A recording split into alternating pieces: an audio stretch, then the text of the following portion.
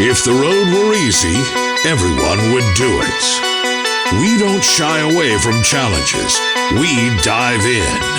And now, live from an undisclosed location in FEMA Region 10, it's your host, Joshua Michael. Welcome, folks, to 11 days after the greatest election in history that is going to change the path of this country forever. Now, we are not out of the woods, even though we got Trump in, and we're building a powerhouse of a federal infrastructure that is going to drastically shift the livelihood of every single American in this country. But it's not going to go down without a fight. The Democrats are playing possum right now as they reorganize, yet a lot of their plans are falling apart.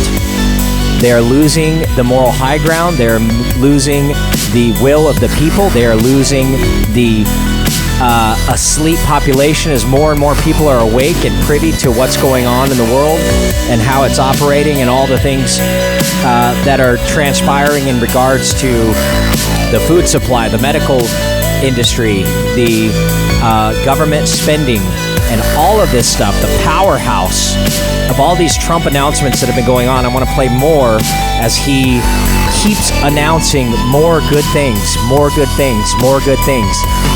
He's literally stabbing the deep state at the heart of what's been holding this country captured for a very, very long time. And this is a very, very great thing to see. I want to talk about that. I want to talk about what's going on in Oregon, how Oregon's going to respond. They've been awfully quiet. Our governor's been awfully quiet. But I have a feeling that this state is also going to be falling in line with what the governor of California, the governor of Illinois, what they're pledging to do to protect themselves from a Trump administration. And it's really going to come down to the pressure that each and every one of us put on our public officials. And if we're going to allow them to try to descend from the United States and split off from the United States of America and have a separate operating government, a separate country, and operate completely under the guise of their own rules. Now, there's always this argument of separation of states versus federal, and this is really going to be challenging of that. Last time this happened, we had a civil war. And before that, Andrew Jackson talked about it a lot as one of the founding fathers of that separation. And you find that fine balance of how much power should a state have over the federal government versus the federal government over the state. Well, right now we're seeing massive overreach by the federal government in every way. They dig into our lives through the IRS, through the medical industry, with all the licensing and, you know, the things that how they hold these doctors captive over our medical system, and they threaten to revoke their license. Teachers' degrees, same type of thing. Well, Trump's new administration is going to be addressing the heart of that and restoring it and dispersing the Washington elites throughout the entire country and opening it up to regular people that are not lifetime politicians, that are not, you know, lifers and corrupt and embedded into the system. And I think that's a great thing. A lot of people would argue the fact that that we need people with political understanding to operate in the political arena, and I disagree. We need outsiders to come in, and I think that that's what's happening, and that's what's doing. So let's get into this top story just announced yesterday, and we knew this was coming, and this is what's going to be happening is there are specific blue states and their governors, including several potential 2028 contenders, are already planning legislative sessions, emergency ones, to produce legal action against the Trump movement and try to descend off of the federal government. Now, what does this mean? The plan for the Democratic governors across the country, including a handful of candidates, offer both a repeat of how leaders of liberal states, blue states such as Oregon, are going to be pushing back against the Trump administration versus his first term. This is their move because they lost the Senate, they lost the House. There's a trifecta in the federal government. Massive defunding happening with all these different agencies. And basically, Trump is trying to pull the knife out of your back. And what are they going to be doing? In California, Newsom announced Thursday that he would convene a special session of legislation explicitly intended to safeguard California values and fundamental rights in the face of the incoming Trump administration. In the news, he said the session would focus on bolstering California legal resources to protect civil rights. In other words, to cut off your child's genitals and to rape and molest your children, which is virtually legal right now in California. He needs to protect those rights, and all the illegals that have been voting for years in the state of California, Governor Newsom's going to make sure that that continues and that happens. Newsom outlined that a session is set to kick off December 2nd, which is just right around the corner, with an expedited action to protect California values from attacks on the LGBTQP pedophile rights and women's rights, the right to kill your baby. He wants to murder those babies. There's a huge industry in the mutilation of unborn and born babies. He also said it would provide additional resources to the state's Justice Department and other agencies to pursue robust affirmation litigation against future potential unlawful actions by the Trump administration.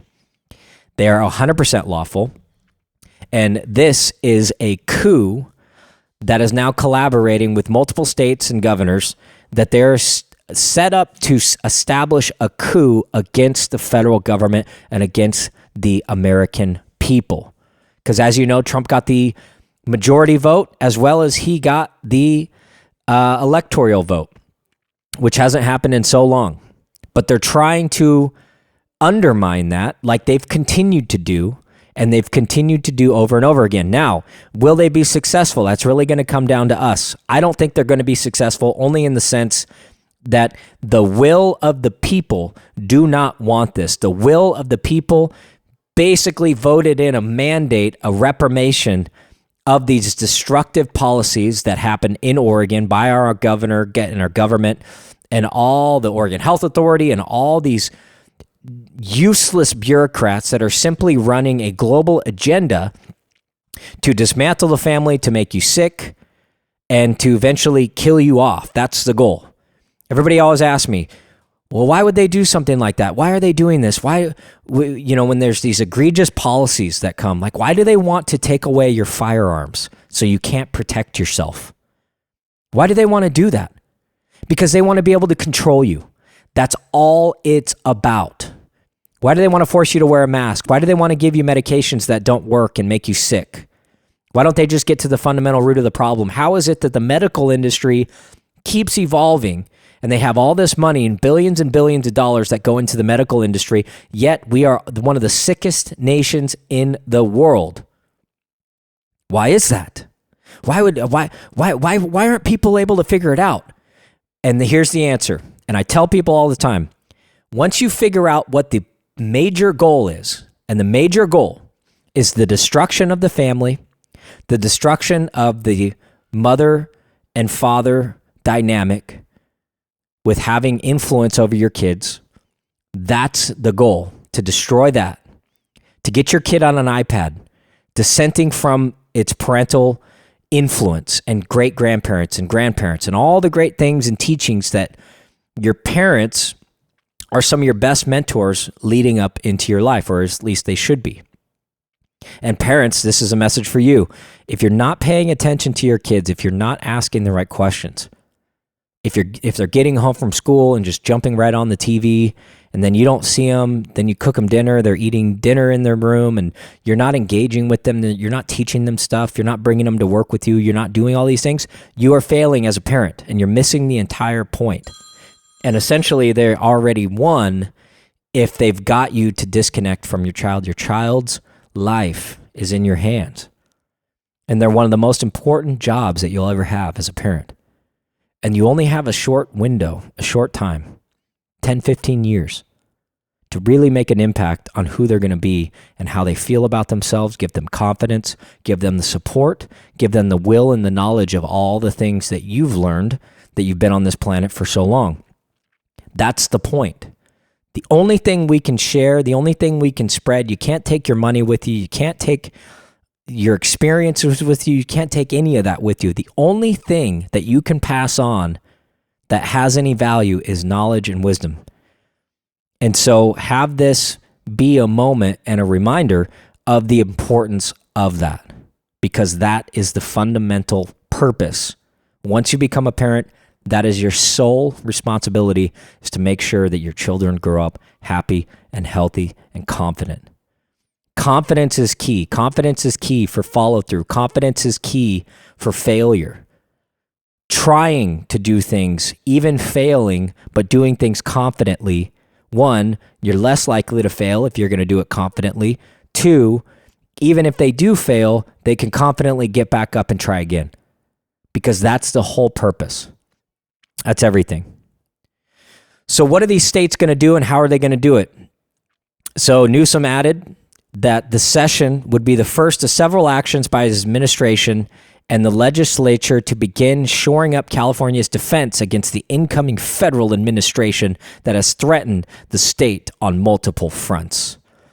The freedoms we hold dear in California are under attack, and we won't sit idle, says the governor. California has faced this challenge before, and we know how to respond. Yeah, so now the chickens are coming home to roost. But the better question is California really going to tolerate this coup and this subversion of government by them parallel constructing a new government? If you remember, Nancy Pelosi said in 2019, she said 2020, even if Trump gets elected, we'll hold our own inauguration.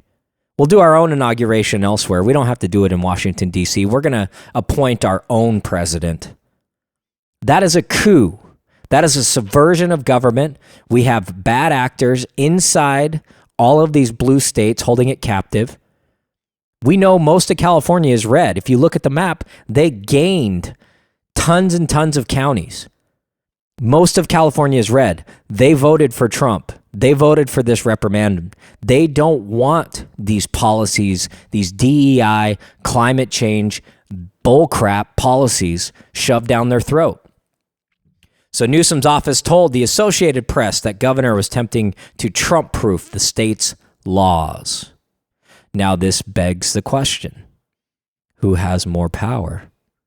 The state government or the federal government? The way it was initially set up, I believe that the states actually have the right to have more power over the federal government.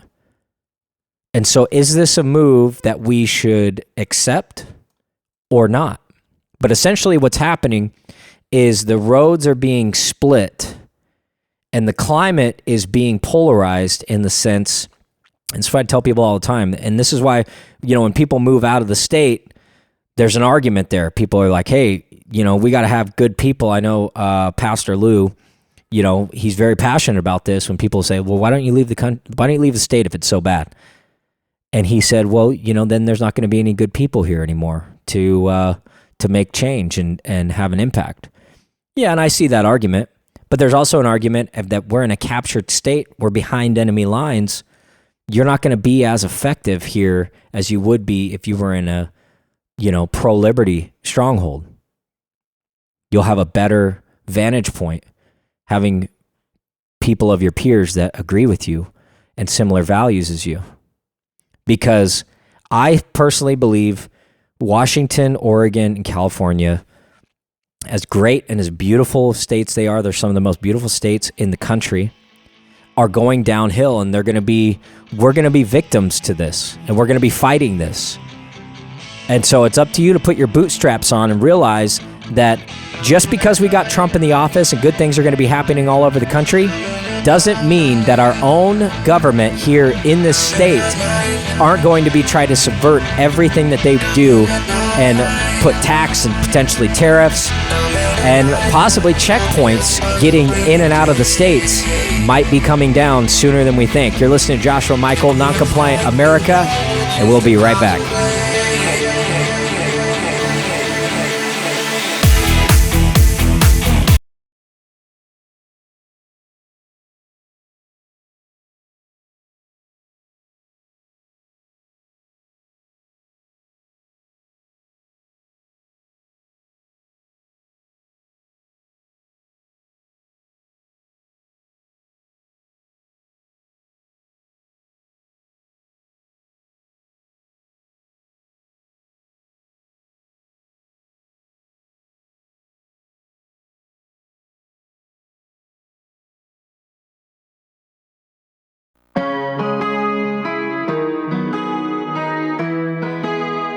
breaking through the censorship and delivering raw, unedited content.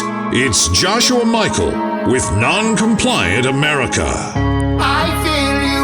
Welcome back, folks. It's been a mighty journey since we've started this show. We're 144 episodes, not including all the guests that I've been co-guests on over the past, leading up to today. It's been a wild journey. And what I think the biggest realization that the American people have concluded, most people have decided to engage in this fight and realize that they can't just sit aside and let these policies dictate their life. They're actually starting to say no, and they're battle hardened into this galvanized position. And they can take whatever they want from us. They can take everything. They can try to take everything from us, but they can't take our soul. They can't take our spirit. They can't take our connection with God and our connection with our families. They can do anything and everything that they want to try to do it. But I'm going to tell you right now, and I'm going to tell these people listening right now, these predator groups that are trying to subvert the American spirit, you've already lost, and it's best to just put your arms down now and come back and beg for forgiveness, because I'm telling you right now, there is an insurgence happening in this country, and you will not succeed. There is nothing you can do at this point. You can't put the genie back in the bottle. There is nothing that you can do. Everything that you've tried to do has been subverted, and you've lost. You're losers, and it's time to give up. But we know you're not going to give up. You're too prideful, you're drunk happy on power, and you've had the seat for too long. And that's why the country was set up the way that it is. Thank God our family founding fathers have been able to foresee this, only because they've seen other governments rise and fall, and emperors rise and fall, and different civilizations rise and fall, and they've embedded some safeguards for this exact moment right here. Such as the First Amendment, such as the Second Amendment. All of the amendments have value. And if they think that they're going to come take that from us at this point, there's too many people awake. One thing I want to highlight, I don't know, I'm sure everybody watched the Tyson-Paul fight last night. I did. Yeah, they got me. I was actually thinking Tyson was going to kick the crap out of Logan Paul. Or, excuse me, Jake Paul. Same thing. And that's not what happened. But there's a lot of speculation that, Tyson purposely lost. I don't know. I mean, it's hard to say at the age that he was in, what really happened. But it was an interesting fight. It was interesting to watch. And there was a lot of hype and a lot of fanfare. But one thing that I really appreciated, even though I don't like what Jake Paul stands for, I don't like who he is, I don't like what he represents, I think he is a disgusting role model for the concept of success and, how he operates and lives his life and what he represents for that culture, I think is toxic. But that's just me. I don't think that, he is really influencing in the way that he thinks that he is. And it might just be a front that he says that, he's wants to be a good role model for the youth and young boys and everything else like that. It's like, okay, how did you become successful? What's your idea of success? Having a bunch of money, that makes you successful? He's kind of a degenerate, but I don't think that that's a role model that kids should look up to. But it's neither here nor there. But the thing that I did really like is at the end, after he won the fight, he basically stated that there's a revolution, it's happening, it's here, and it's America's back, was the premise of what he said. And he's absolutely right. And so he's got a huge reach, huge following of young boys, and that's the kind of messaging that we need. Now, whether he's honest or not, I mean, we could, talk back and forth, but the fact is he gets it, and he understands the remnant of the culture is the resurgence of America, is Trump's America, the MAGA movement, the Maha movement. People are done. People are absolutely done. Now, Bernie Sanders, even, and I'd like to point this out because I thought it was great, because Bernie Sanders is now advocating for the Trump administration, in a very subtle way. But it was interesting. I'm going to read the tweet here. He was just talking about, I look forward to working with the Trump administration on fulfilling his promise to cap credit card interest rates at 10%. He said, we cannot continue to allow big banks to make record profits by ripping off Americans by charging them 25, 30, sometimes 40% interest rates. That is unbelievable. And so even all the Bernie people, and so that's what I think the Trump administration actually is a combination of classical liberals with the combination of the Tea Party movement and just all of the independents and people which is the biggest voting bloc in the country, the disenfranchised, the forgotten group, middle America, whatever you want to call it. They have now captured the Republican Party in such a positive way, and they're they're bringing such a balance back to the government, to where the government's able to operate the way the government was meant to operate. And that is, most of the time, they're supposed to not be in your life. Name one thing good that the government has ever done successfully. Name one thing. Let me give you another example. Just today, I got an email. The city of Salem, they just passed a new utility bump in their utility bill. So now your utility bill, you're getting an extra fee. The Salem City Council approved increases to the utility fees and charges for 2025 and 2026 to help cover the increased cost of providing services. Meanwhile, they just built a new city hall building. They just built a new police station that was over budget. They over budgeted on that walking bridge. They got the new Parks and Rec building that was completely unnecessary. Where are they getting all this money? Well, guess what? They already spent it. They don't have any money, so they're going to figure out ways to tax you even further. And that's the democratic way. That's the modern democratic way. And that's what they're trying to do, is tax the hell out of you to where you have no money to live and to keep driving that knife into your back. We'll be right back.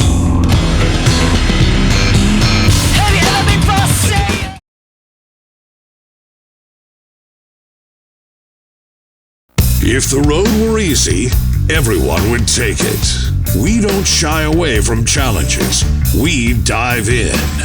And now, live from an undisclosed location in FEMA Region 10, it's your host, Joshua Michael.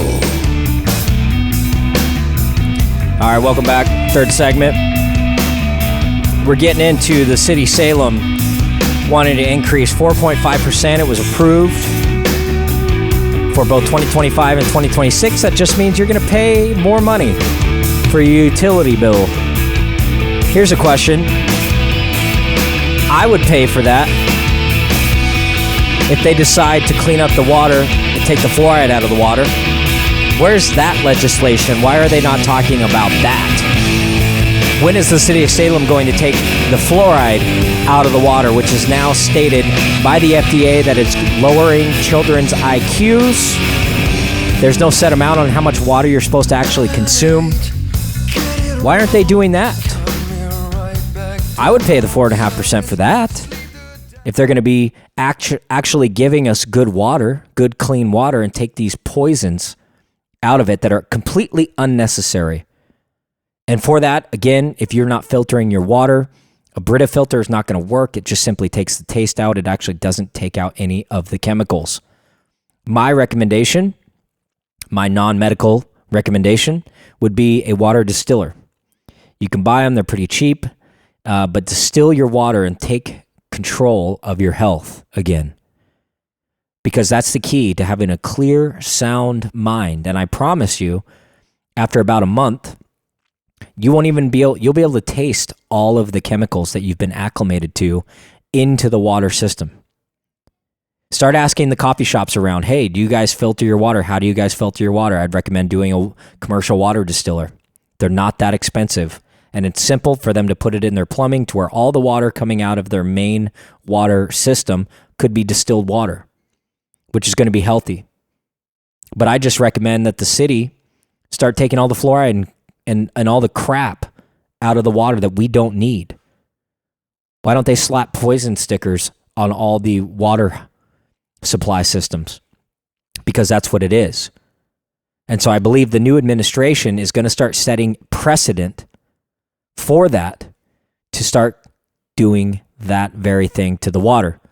We're one of the only countries in the world that is still putting fluoride. I think there's only one other country in the world that is putting fluoride in the water because they know it's poison. Even in Europe, they don't have fluoride in the water.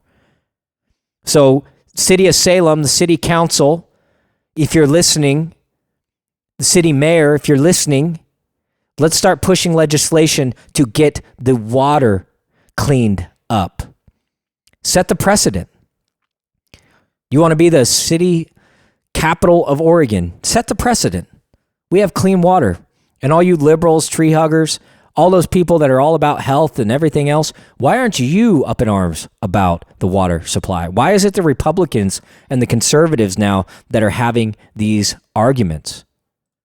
Do you just simply not care? Or are you in on it? Or are you uneducated about it? I highly suggest you get educated about it. Now, on other news, as you know, if you were following or on the internet, I believe it was on Tuesday, there was an attempted coup to overtake Infowars.com and Alex Jones's channel.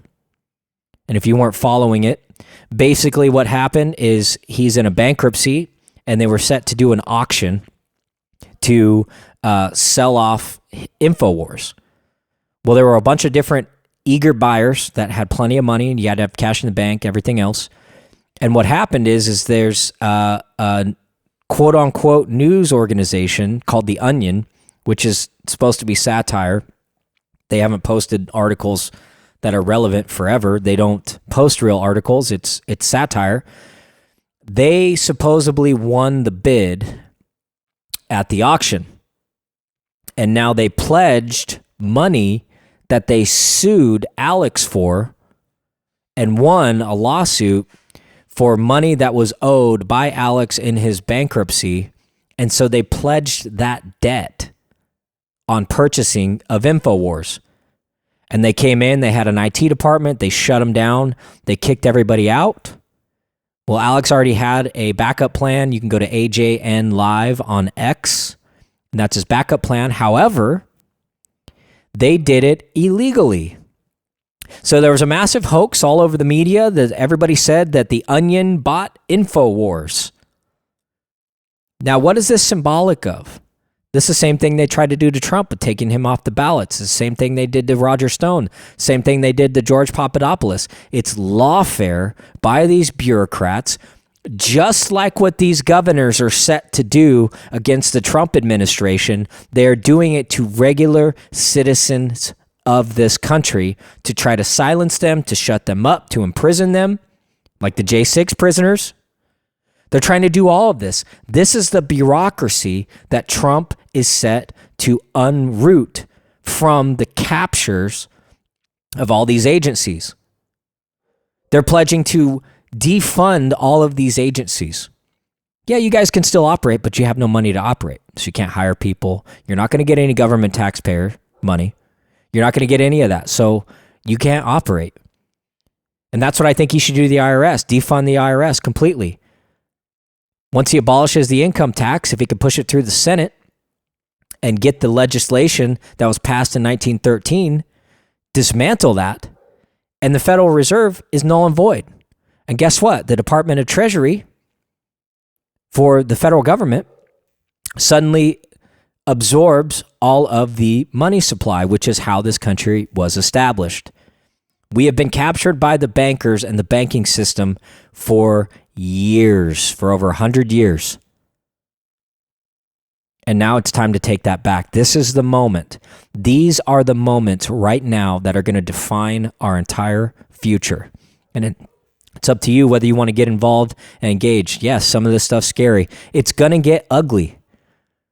They're going to activate their splinter groups. They're going to activate like a Black Lives Matter Antifa hybrid, mixed in now with the Palestinians, mixed in now with the illegal immigrants, the military-age men that have been pouring across the border for years, millions and millions of them. They're going to activate them. They're going to activate the military. They've authorized the military to come kill you, to use lethal force against Americans, which has never been done in the history of this country. It's illegal for them to be able to do that. You can't have a standing military operating domestically.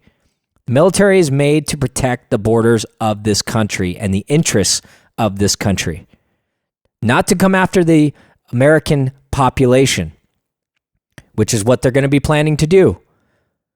So we're in a very dire time in this country, and a very dire time to be involved in this patriot movement. But fortunately for X and the ability of transparency and the ability to have open and free information, that's the race. That's the importance.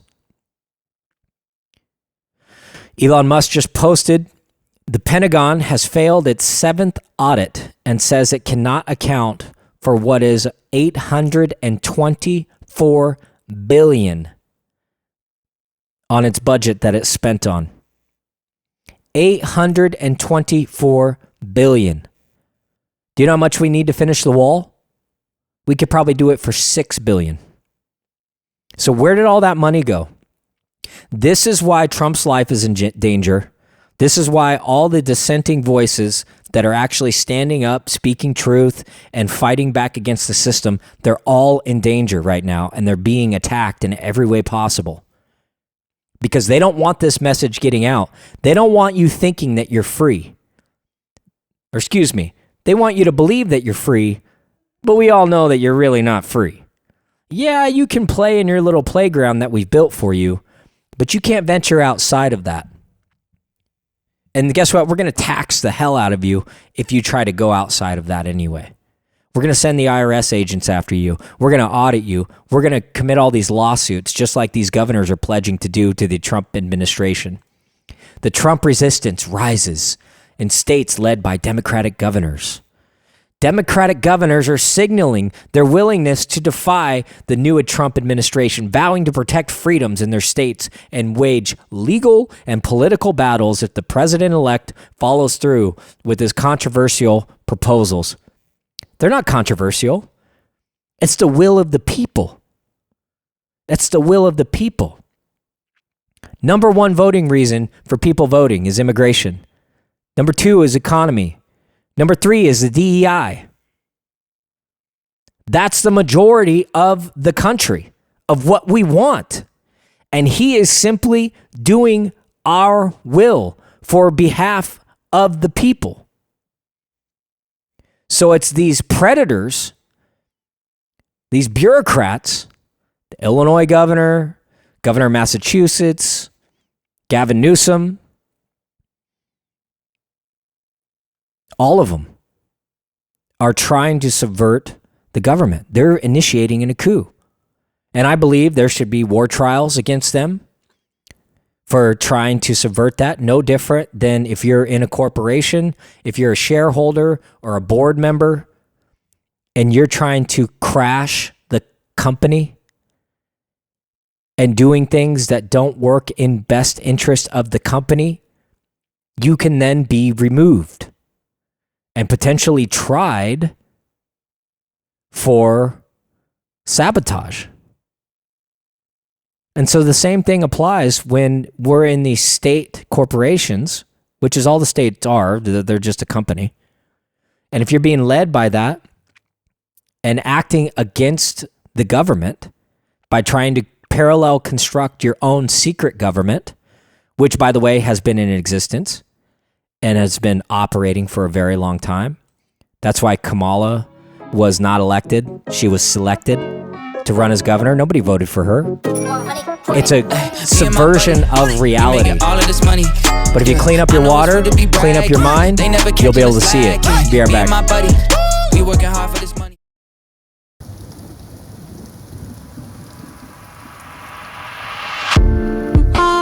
I'm from outer space. I got Milky Way for blood, evolution in my veins. I'm gone, I've been far away. I'm illuminated now, make a move, start a waves. I've been dreaming about flying for a long time. There's a lot of things going on in the world, and we try to cover them in this short period. I'm really considering just going into a long format to where I can have discussions and get guests on and really dive into a lot of these topics a little bit deeper. But I do believe that this radio show and this message has a huge impact on changing the conversation and opening up the conversation to real topics and real things that people actually want to talk about.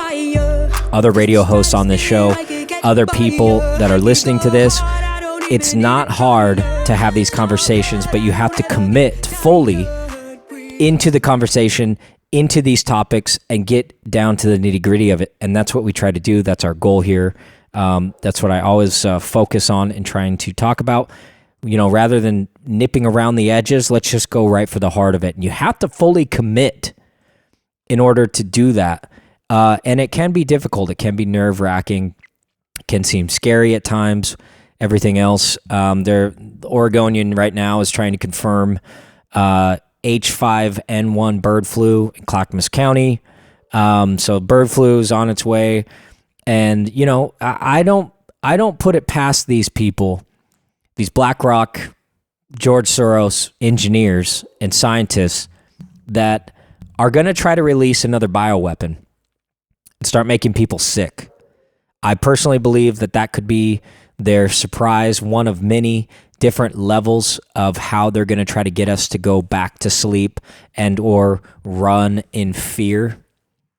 Because that's what they drive on. That's what they live on, is fear. Trump administration is about hope and prosperity and liberty and freedom, to whereas other administrations really focus on fear. Now, with all that, it's important to realize that I need all of your support. Anything that you can do to spread this message, you can go to noncompliantamerica.com. You can call into the radio station at KSLM. Tell them that you like our show. If you like this time slot, I know it's kind of an awkward time slot. Most of you guys are out doing stuff. It's your day off on Saturday. And so it's difficult to hear this message. But I would be open to a weekday time slot. If we can do that, I'm going to talk to them about that to try to get this message with a further reach. So another thing that's going on with all these drastic changes and these announcements that Trump keeps putting out, which are very powerful, very methodical, and they cover a lot of ground. And it just demonstrates his understanding of where all the pinch points are and the pain points for the American people with these bureaucratic agencies. One of the biggest things that I think he's done is appointing RFK to the Department of Health and Human Services. That is going to be drastically impactful for every single American, because most people aren't willing to change their lifestyles. Most people aren't willing to, even though they know that things are bad for them, they still do it. Even though they know that, Kellogg's and other companies are poisoning them and putting unnecessary chemicals in their food supply, they still just don't have the will or the ability. And frankly, it's very difficult. You almost become really neurotic. I can't drink that water because it's poison. And people are just like, gosh, dude, give it a break. It's overwhelming. How do you construct your life? You have to walk all around these landmines all the time in your day-to-day. And we shouldn't have to do that. These corporations should act on our benefit, and they should be held to a higher standard, as they are around the entire world, because these are international companies. They distribute their products all over the world to all these countries. You can go to Europe and get the same box of food and it's going to be completely different as far as its chemical makeup. And so we become the dumping grounds for all these toxic chemicals that we're consuming and being exposed to every single day. And it just takes somebody like RFK to say, no, here's what you need to take out. You can't put this in there. We can't be exposed to that. We can't do this. But here's what I think is going to happen too. Once that happens, I think you're going to see a shift in the American population. Because if people aren't willing to make those sacrifices and spend the extra 10 minutes or 20 minutes in researching all of this stuff with deciding what to buy, what not to buy, it's really hard because there's strongholds in these grocery stores that we all go to get off-brand products or non-giant corporation products, which they've sewed up most of the market. Most of the things you see on the shelf, Procter & Gamble, most of your health products, and shampoos and soaps and everything like that, those are all manufactured by pretty much one company. And so to be able to break that up and or hold those companies more accountable, I think is extremely important. But what's also going to happen is I think naturally the country is going to be healing without even realize that they're healing. So what that's going to do, I believe, is going to create a huge amount of goodness, people feeling better, having more energy, not knowing why. They're going to be happier. We're going to have a happier society. I think we'll be less polarized. We'll also be less influential in regards to, what are these chemicals actually doing? How are they making our brains function? Because that's very important. If you give somebody poison for years, their moods are going to change. They're going to be fatigued. They're going to want to check out. They're not going to be inspired to do anything, which means they're less likely to play with their kids, less likely to take on, an entrepreneurial venture, start a side business, and start venturing out, because that involves work and time and energy and everything else. So if you're able to heal your body, you're able to withstand more experiences and more stressors and more things. They just float off of you. You take care of yourself. The things that you would do on a regular basis suddenly become, rather than obstacles, as just a part of your day. And that's only a small piece, and you're able to do more and push yourself more. And we all can do that. If we take control of our lives and stop buying these products, we force these companies because they lose profits.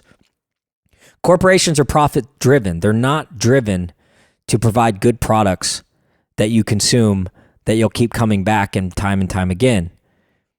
They don't care about that. They care that you're buying it, which is why they spend so much money on advertising. Another thing I think RFK is drastically going to do is eliminate the ability for pharmaceutical companies to do advertising on television, just like what they did with the cigarette companies. Now, why do you say that that's important? I don't see that many commercials that are pharmaceuticals. Yeah, you do, but it's not an abundance. It's not, unless you're watching CNN, it's every other commercial. But the fact is that advertising money, which is an abundant for these pharmaceutical companies, they're paying the radio or TV station that money for them to operate. So it applies to everything. The way that those television studios are able to operate is from that advertising money. It's not the actual advertisements themselves, it's the amount of money that's being spent on the advertisement that's allowing that machine to operate. So you strip that out, suddenly the news is going to have to cater to the will of the people. Otherwise, their ratings are going to go down and they'll become insolvent. They won't have that crutch of the artificial infusion of money to push products and push whatever type of propaganda agenda that they have. So I think that's going to be ginormous in the next coming future. But again, we need to pray for Trump, pray for his administration, his incoming, for a peaceful transition. We don't want violence. We don't want to fight with these guys. But some of them, they're going to need to be held accountable and gone to prison, because they're not giving up, but neither are we. And so we're going to come to a head. Thanks for listening. I'm Joshua Michael, Noncompliant America. Have a great week, and we'll see you next week.